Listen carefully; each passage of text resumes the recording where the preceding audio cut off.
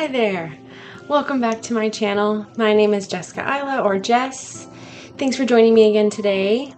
We're gonna dive into yet another true crime story because I just can't stop, apparently.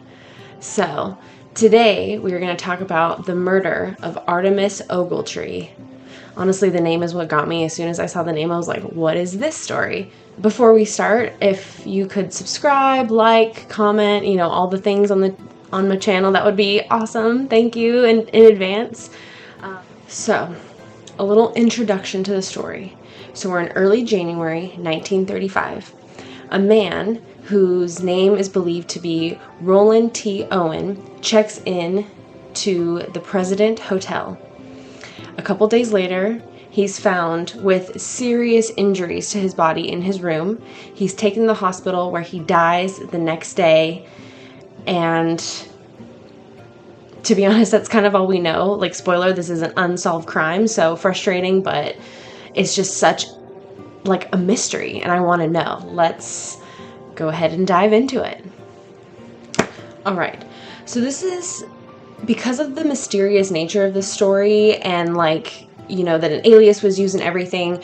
I'm just going to start it with some background on the victim, once it's discovered who he is. And then we'll kind of dive into the actual murder, just because, again, the timeline's kind of weird because they didn't find out who he was till later. But so the victim we end up finding out his real name is Artemus Ogletree, and he was born in 1915 in Florida, and he was one of 3 children to a woman named Ruby. When he was young, he had an accident with some hot grease that left him with a scar on his head above his ear, and it left a permanent bald patch. Hair would no longer grow in that area. And not much else was said about his actual childhood or anything, but pretty much as soon as he could leave home, once he graduated high school, he did. Him and a friend named Joe Simpson decided to hitchhike to LA, and this would be in 1934. So at this point in time, he only would have been 18 or 19, so very young. So he would send his family letters and kind of progress reports as he, hitchhiked across the country, which is scary, but, this is the 30s, so I feel like it was probably pretty common at the time. And his family would in turn wire him money, I guess, when he needed it. So he was very much in communication with his family while he was doing this kind of road trip hitchhike across the United States, basically. We do know that him and his friend get to LA, and then according to the friend, this is where they split up. And then somehow he finds his way in Kansas City, Missouri, because that's where our story starts. And our story begins on January 2nd, 1935. So right at the start of the year, Artemus is now going by Roland T. Owen. He checks in to the President Hotel in Kansas City. When he checks in, the staff would note that he was well dressed, and but he didn't have any bags with him, which I thought was kind of interesting. And he requested an interior room in the hotel, and he asked for it to also be several floors up. So he had some kind of interesting requests, and along with the fact that I guess just his general appearance and the lack of bags just was something that the staff noted. I'm sure it was rare for someone to check into a hotel without any baggage. Also, I hate these dropper things. Just FYI, in case you wanted to know. Terrible. A bellhop named Randolph Probst, something like that. Oh no, it's too far up my face. He would escort Mr. Owen, or Mr. Ogletree. I'm just going to call him Ogletree because there's just too many names in this to keep it straight if we did that. But anyway, he escorts him to the 10th floor to an interior room overlooking the hotel courtyard. So the center of the hotel had a courtyard in it, and that was what he was overlooking, which is what he requested, interior room. And he would show him to room 1046 to be exact. Once they got inside the room, the bellhop noticed that Mr. Ogletree only had a hairbrush, a comb, and toothpaste, and he pulled that out of his overcoat, and that was all the belongings that he had with him, which, I mean, right there, that's weird, because it's if you have toothpaste when you have a toothbrush, or maybe that was something like hotels generally provided back then, because I don't know, that just seems strange. But anyway, a lot of the story is strange. I'm only going to say that the whole time. So later that afternoon, January 2nd, the day he checked in, a maid would come to the room to, you know, just generally clean whatever a maid do at that point.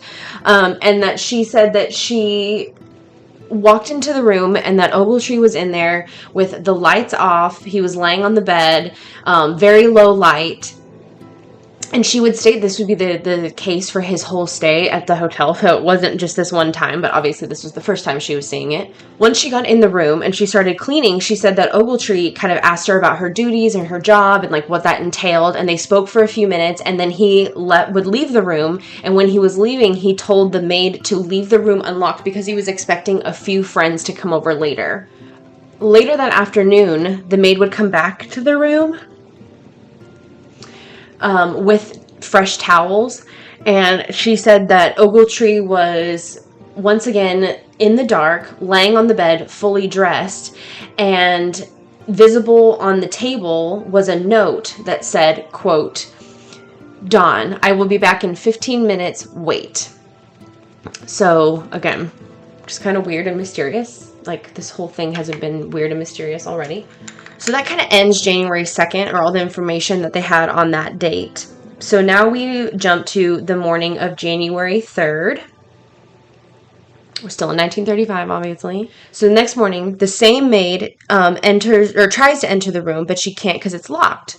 Now, assuming that Ogletree is out, because you can only lock a room from the outside, which seems to be, like, that seems weird, because, like, obviously nowadays that is not the case with hotels, but whatever. Again, we are in the 30s, so things were different then. But believing that he was out, not in the room, she used a key to enter the room, and she finds him sitting there, once again, kind of in the dark, just like chilling. When she was inside, the phone would ring, and Ogletree would answer it, and he said, again, quote, "No, Dawn, I don't want to eat. I am not hungry. I just had breakfast. No, I am not hungry." And then he hung up the phone. Later that afternoon, the same maid would come back to drop off fresh towels. I guess back then, like, dropping off, like, coming to the room, like, multiple times a day was kind of common, whereas I feel like nowadays it's not really a thing, but again, the 30s. She would come back to the room, and she would hear two men in the room talking, and she would knock to say, you know, she had fresh towels to bring in, and the second man, not Ogletree, would say, "We don't need any," which she knew couldn't be correct because she literally took the towels that morning from that room, so she knew that they didn't have any in there, but obviously there was nothing that she could do about it. So, you know, she would leave, and that would kind of be it for that moment. At the same time, a woman named Jean Owen was checking into the hotel, and she would end up checking into the same floor as Mr. Ogletree. And she would say that throughout that day and that evening that she would hear lots of men and women, like, talking loudly and profanely up and down the hallway, it sounds like, and possibly in other rooms, but it sounded like specifically she was citing kind of like in the hallway area, which that would be annoying, to be fair.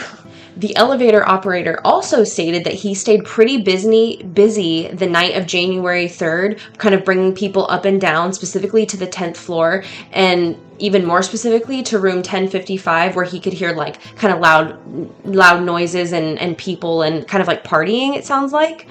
There was also a woman that day, and she would frequent the hotel on other occasions, and so the staff believed that she was a sex worker. She would end up going up and down the elevator multiple times to the 10th floor. When she got to the 10th floor one time, though, she pretty much immediately called the elevator back and then stated that her client was not in the right room, and so she would end up going back down to the lobby, and then a short time later she would go back in the elevator, this time with a different man, and they would go up to the 9th floor together. And then at around 4:15 in the morning, she would call the elevator for a final time and go back down into the lobby with the same elevator operator and leave the hotel.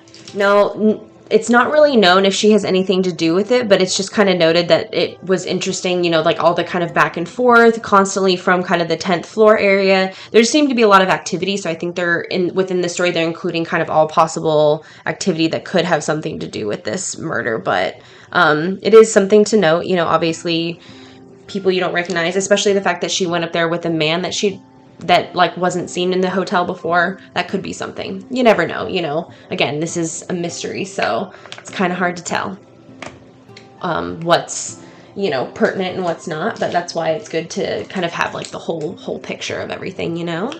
I know you guys know, you know what I'm talking about. Something else of note that again is kind of like, did this happen or did it not, was that same evening, the night of January 3rd, there was a gentleman driving his car. His name was Robert Lane.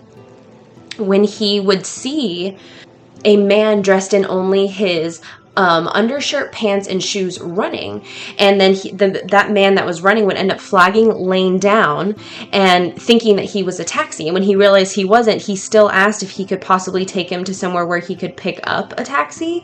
And so Mr. Lane like kindly obliged. I feel like again nowadays people would be like, absolutely not, get away from my car, but again, it is what it is.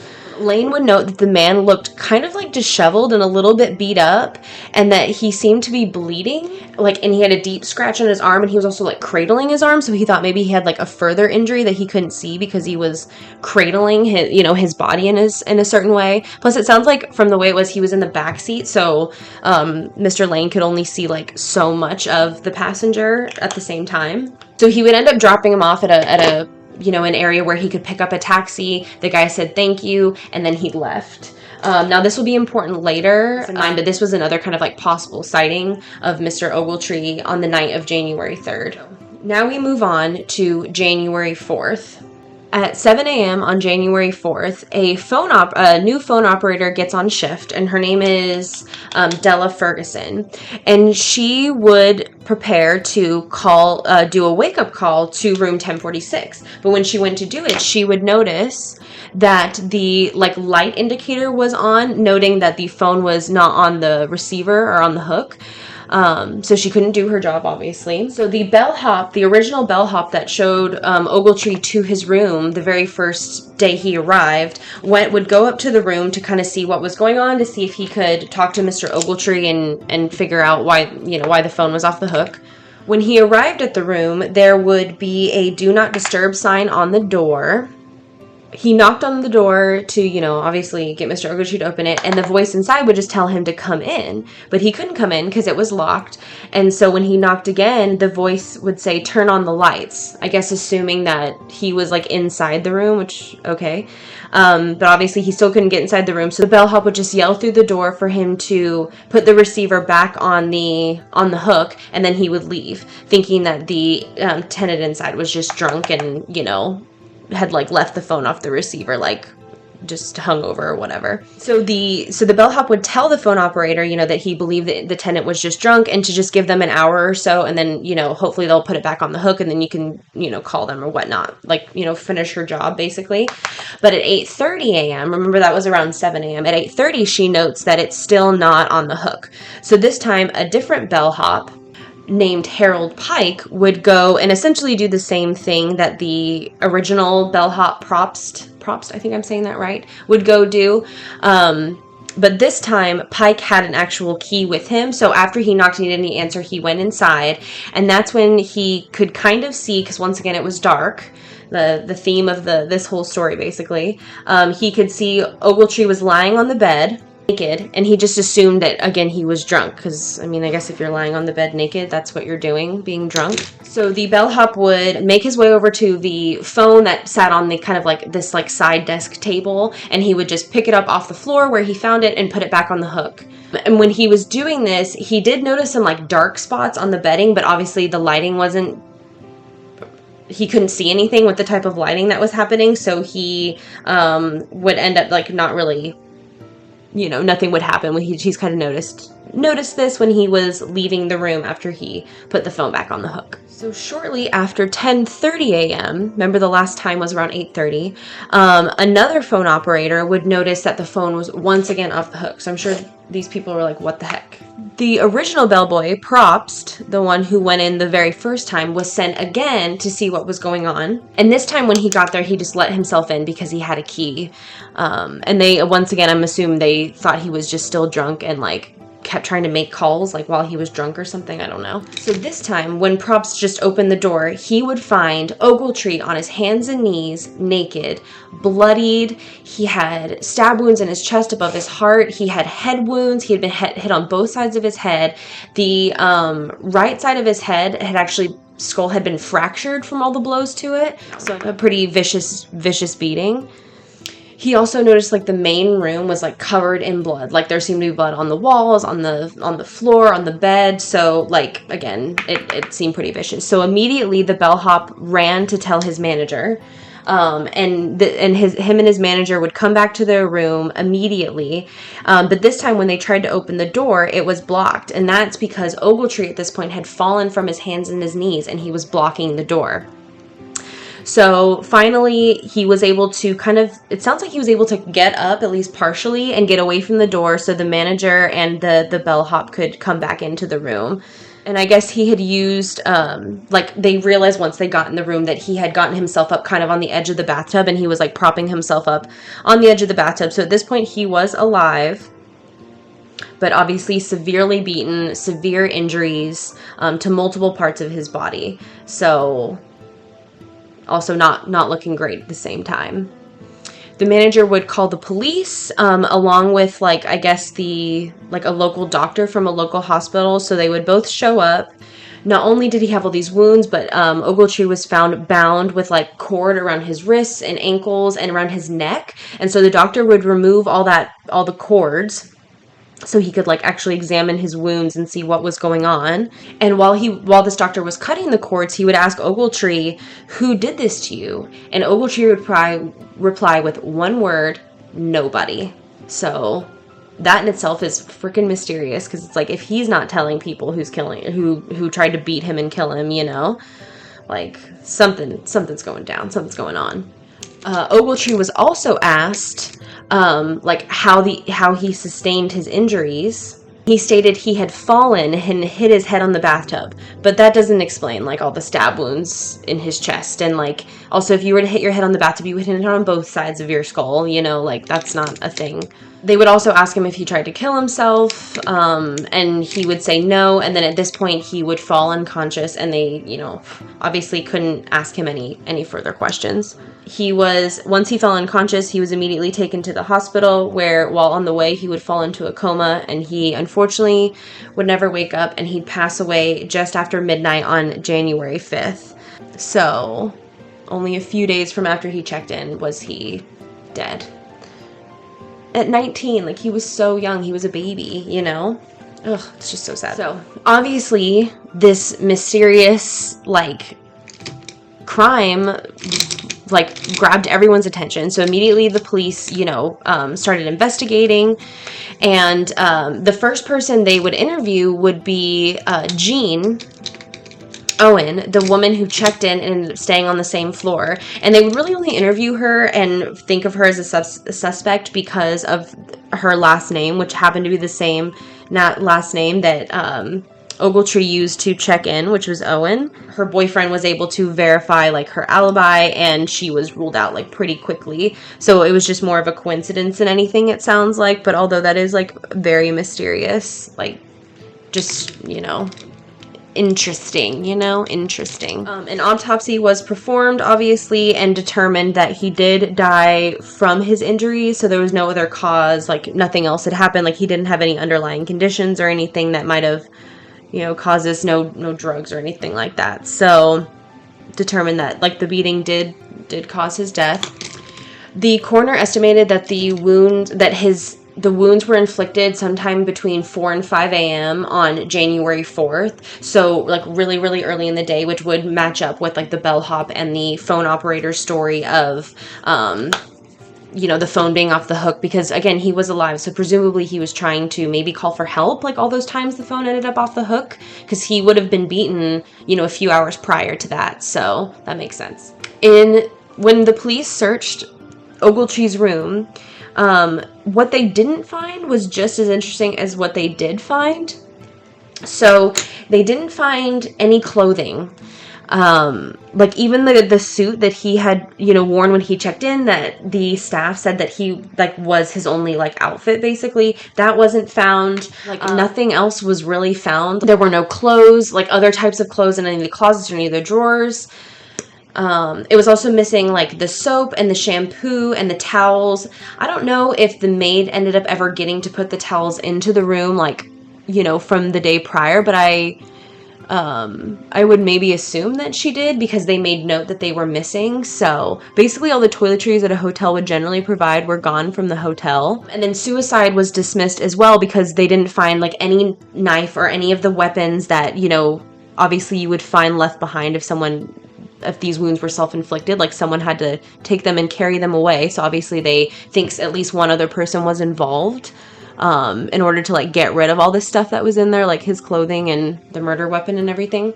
They did find in the room, which this is interesting, I think, was a hairpin, a safety pin, an unsmoked cigarette, weird, and fingerprints from what seemed to be a woman. You know, women generally have smaller fingerprints than men, and so I guess they just figured that they had to belong to a woman based on the size.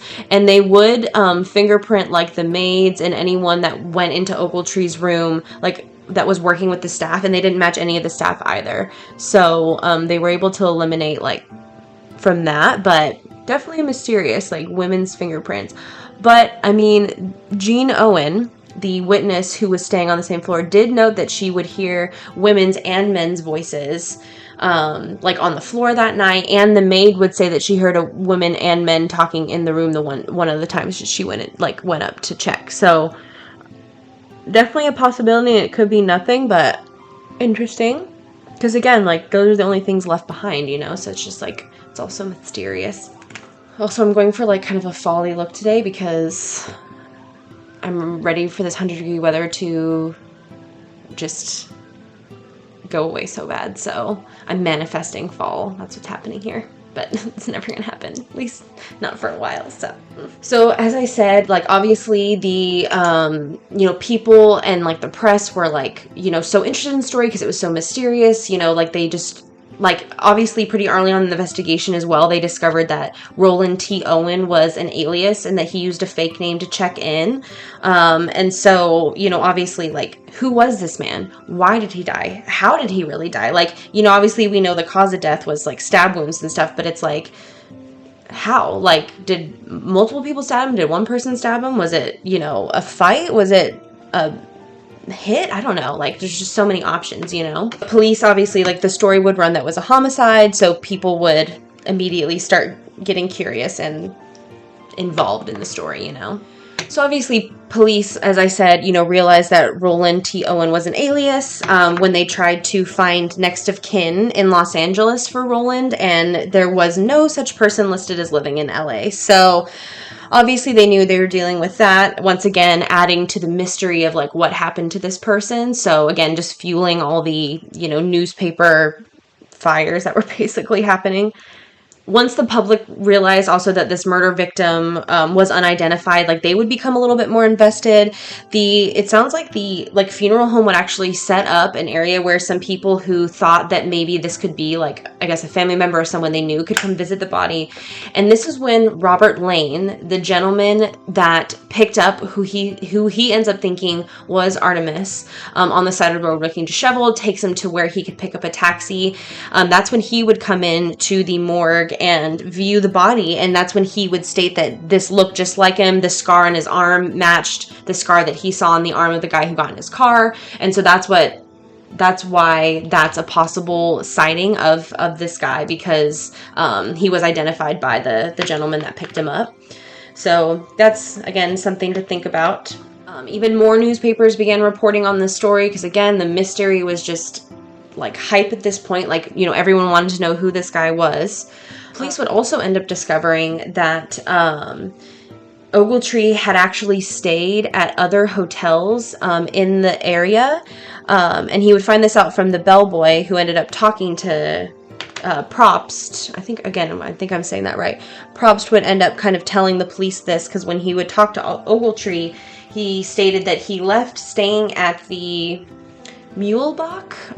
I don't know if I'm saying that right either. Mulebach Hotel, because he didn't like the high room rates, and he would only stay there for one night. So police would look into this as well, and that's when they would discover that they couldn't find a Roland T. Owen, but a gentleman named Eugene K. Scott had checked in, requested the same kind of mysterious interior room, and matched Ogletree's description, had stayed there for one evening before matching the night that that Ogletree would have stayed. So they believe that he also stayed in another hotel under this alias Eugene K. Scott. So interesting that he's using like multiple aliases. Like that seems like someone who's maybe a little scared or something shady is going on, and he's trying to like hide who he really is for any number of reasons, I guess. But very interesting, I thought. After this, leads would kind of start drying up. Like, they didn't really have much to go on. Again, there wasn't much in the hotel room. They didn't know this guy's true identity, so they couldn't, even like figure out any of the victim's background, which I'm sure was probably so frustrating. And at this point, on March 3rd, the newspaper would announce that the funeral home was going to end up burying this unnamed gentleman in the city's Pottersfield, which would be like the cemetery where they would bury like unknown victims, or maybe people who were never identified by family and therefore didn't have anyone to pay for a proper like burial. So they would go to the city's Pottersfield, and this would end up prompting a call from an unknown guy at the funeral home, where he would state that he wanted the funeral to be delayed so that he could send money in so that this gentleman could have a proper funeral and grave, and that he wanted it to be near his sister's. And that's what he cited as like the reasoning for why he was doing this. Obviously, the funeral director was curious, so he asked him if he knew why the man had been killed. And the caller would go on to say that Ogletree he had had an affair with a married woman while he was engaged to another woman. And the caller said that these two women apparently arranged an encounter with him at the president in order to exact revenge on Ogletree, and was why he ended up being killed. The caller said specifically, cheaters get what's coming to them, and then hung up. So obviously, this caller definitely believed that. Whether it was true or not is still not determined, obviously, but very interesting. The funeral home would go on to receive about $25, which is about $550 today, which would end up covering the whole cost of a memorial. So he ended up being buried in like not the city's Pottersfield. I'm assuming like I think it was like still the local like city cemetery, but with an actual like plot and grave and everything. 2 more envelopes would ultimately be received with $5 each, which is about $110 today, and they were sent to the florist to put flowers on the grave. And one of them, included with the payment, was a card that read, "Love Forever, Louise." And this sender has still been unidentified, so I find that to be very interesting as well. But clearly this man, like, people thought they knew him, even if they didn't really, but just interesting, just very interesting. The police would stake out the funeral, like, after it would happen, but, like, for several days, but, like, no one ever showed up to, like, sit at the grave or anything like that, so that was kind of a dead end as well, which, again, if you think that someone would go through all the trouble of getting this, like, plan, that they would show up, but guess not. But again, so mysterious, There was also kind of this weird story that after the funeral, a woman would call a local paper and say that a story that they published earlier about this guy was wrong when they stated that he was buried in a pauper's grave. She stated that he's actually buried, was given a formal burial, and that he could call the funeral home and the florist shop to verify this, which, again, very interesting. And when they asked her to identify herself, she said, "Never mind, I know what I'm talking about." And then when they pressed her on it, she responded with, "He got into a jam," and then hung up. Again, like, all these kind of mysterious things happening, but again, like, no one has still said, like, who this guy is or anything, so his identity is still unknown. So obviously at this point too, like, this story has gone nationwide and images start circulating of this guy that no one knows who he is. And this is when Ruby Ogletree, Artemis's mom, is shown a photo of this victim by a friend of hers. And basically her friend says, "Doesn't this look like Artemis?" Ruby would end up contacting the Kansas City police and kind of going over like a description of her son and explaining like his scar and I'm sure other like identifying characteristics or markers, and they would ultimately determine that the victim was Artemus Ogletree. So the mom's friend was absolutely correct. But once he was identified, this ultimately didn't really do much to help the case. If anything, it just kind of built the mystery up even more. And this is mainly because Ruby had been receiving letters from Artemis, like after the January 5th date of his death. She had gotten multiple letters and phone calls regarding Artemis and like what he'd been up to and what he'd been doing. So let's get into that a little bit because this is just weird. So the first letter was postmarked in early 1935. I couldn't find an exact date, but obviously after the January 5th date of his passing, just like sometime earlier in that year. And this letter was postmarked from Chicago. And it was a typed letter, and it was just kind of different than Artemis's usual like style of writing. And to her knowledge, Ruby did not think that Artemis could type. So once again, she was like automatically suspicious of this letter when she received it because just two things that she didn't think that he would do. And then in May of that year, she would receive a second letter from Artemis saying that he was going to Europe and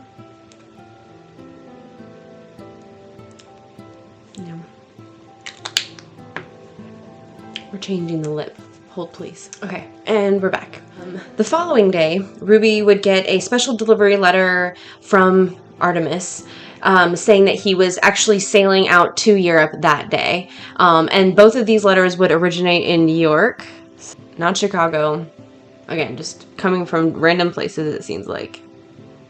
In August of the same year, 1935, Ruby would receive a phone call from Memphis. So now we're going somewhere else. It's like, calm down. This man would state that her son saved his life while he was in a fight, and that Artemis just couldn't call now because he had actually moved to Egypt with his now wife, who was very wealthy, but he was doing really well. But he also couldn't write because he lost one of his thumbs in the fight. So he was good, but he was just thumbless and now living in Egypt. So just like, what? Ruby would obviously tell police about these letters, obviously, and the call. She would give the police the man's name, or at least what he said his name was from the phone call, but they never went public with it. So I don't know. It must not have went anywhere because I feel like they would have at least tried to find this person if it was something. So, or maybe they did find this person and it was unrelated. So who knows though? It doesn't seem like it. So many questions. This just brings up so many questions. I will say that Ruby was obviously very dedicated to figuring out what happened to her son, but she would tell police that she actually believed it was Joe Simpson, who was the friend that had left Florida with Artemis and hitchhiked to California, where he said they got to LA and then that's when they went their separate ways.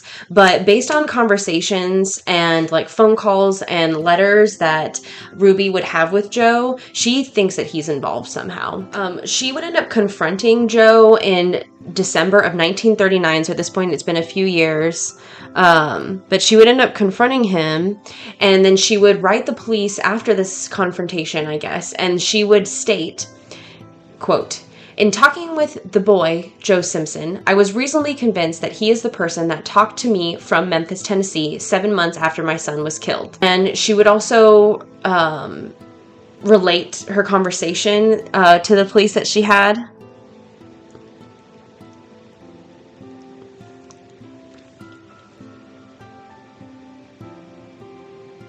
She would go on to tell police, quote, He did say he did believe the case would never break, as there were no clues and left nothing for the G-men to work on. Ruby would say to Joe, "Kansas City can well boast of it being the perfect crime." And he would laugh and say, "It is. They'll never get the ones who killed him." So definitely, I don't know, like, I guess it could just be a friend convinced that unfortunately the cops will never solve the crime, but does seem kind of like a weird thing to say to like the victim's mom, you know? Ruby would eventually like just flat out ask Joe, like, "Did you have something to do with like my son's death?" And I guess he would turn red and like drop his eyes and look nervous.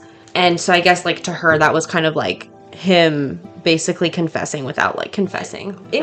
From conversations with Ruby, the police would discover like a few kind of random things about her son's, you know, journey, and they would discover he didn't end up sharing another room that he had stayed in with a man, but they couldn't establish an identity for this man, I guess, in the end. But they're wondering if it could be this Don guy that he mentioned multiple times, like left a note for at the President Hotel. Like, you know, it just seems like a possibility. And then in 1937, the NYPD would go on to arrest a man named Joseph Martin for killing a man he was sharing a room with, and then putting the body in the trunk and shipping it to Memphis, which the call originated in Memphis that came to Ruby, so that's some kind of connection there. And along with other aliases, one alias that this Joseph Martin guy would use was Donald Kelso. So apparently, Kansas City police thought this could be a connection because they ran, I guess, handwriting samples compared to the letters written to Ruby, and they thought they at least matched. But I think now we know that like handwriting sampling is not an exact science, so I don't know how much like stock you can actually put into that. So unfortunately, that's kind of where we sit. Like, no charges were ever filed, and the case remains open. So there's kind of these few little points that we know, but they didn't really like lead anywhere. They just kind of fed into the mystery more, I feel like. The case was obviously brought out and reviewed by multiple detectives in the 1950s and just over time, but nothing has ever come about, and at this point it's now officially a cold case. The last piece of like detailing about this was that in 2003, a local historian at the Kansas City Public Library took a call from somebody who stated that they found, when they were going through the belongings of an elderly person who had recently passed away, they found a shoebox with old newspaper articles about the case, and an item was in the box as well, and this item was mentioned in one of those newspaper articles, but the caller didn't give their name, they didn't say what this item was, and then nothing ever happened with it. And that detail only became public when John Horner, the local historian, posted on a blog in like 2012 about it, and that's the last thing I could find. Like, I don't know how much like research they put into this, but at this point, you know, it's from 1935. I don't know how much time they're investing into this cold case, because I'm sure there's no family members left at this point to kind of like prompt police to really investigate. So, but last thing we can mention would be that there are a couple theories that I can bring up. I don't even know if you necessarily call some of these theories.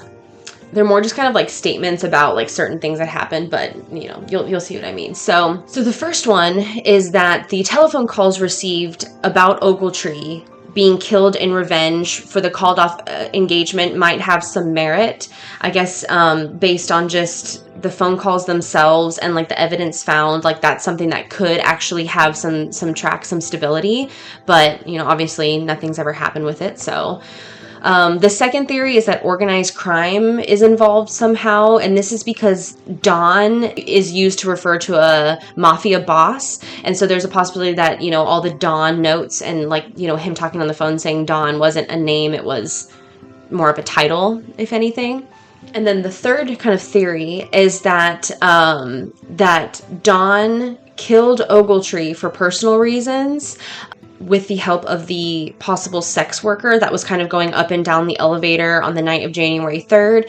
And when she finally kind of came into the hotel and went up to the ninth floor for the last time until 4:15 a.m., she brought like an unknown gentleman with her, so it's thought maybe that this was the Don and that she kind of facilitated him helping kill Ogletree. But again, all this is speculation because I don't think they ever discovered who that guy was, or maybe even who the woman was. Again, I couldn't find her name. They just thought that she could be a sex worker based on, I guess, her actions and her coming to the hotel pretty frequently. So, and those are kind of all the theories, which again isn't very satisfying because they really don't know a lot. And I'm sure at this point, this poor family didn't get any answers before they passed away. So I know it's kind of frustrating, but I just thought it was just too good of a mystery to pass up telling. So I hope you enjoyed today's story. If you did, please subscribe, like, comment.